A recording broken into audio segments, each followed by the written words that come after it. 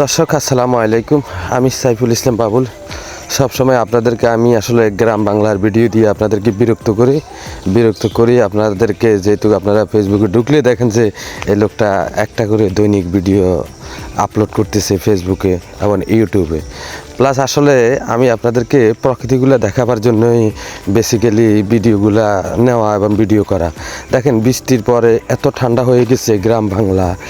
আগে আপনার 30 থেকে 35 ডিগ্রি তাপমাত্রা বা 40-42 ডিগ্রি তাপমাত্রা ছিল, কিন্তু এরপরে যখন বৃষ্টি হয়েছে, বৃষ্টির পরে এত সৌন্দর্য হয়ে গেছে গাছপালা।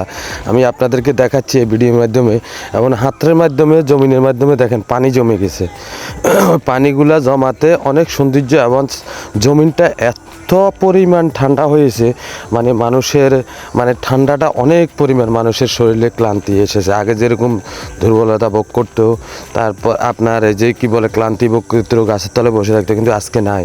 আজকে প্রায় রাস্তা দিয়ে হাঁটাগোটা করতেছে, রাস্তা একদম সুন্দর মতো মানুষ চলাফেরা করে, ঠান্ডা লাগতেছে, কত সৌন্দর্য উপভোগ করতেছে যারা আছে তারা। আমি আপনাদেরকে প্রকৃতির যে দৃশ্যগুলো আছে ওই দৃশ্যগুলো দেখাবার চেষ্টা করতেছি। আপনারা দেখলেই অনেক খুশি হবেন এবং উপভোগ করবেন।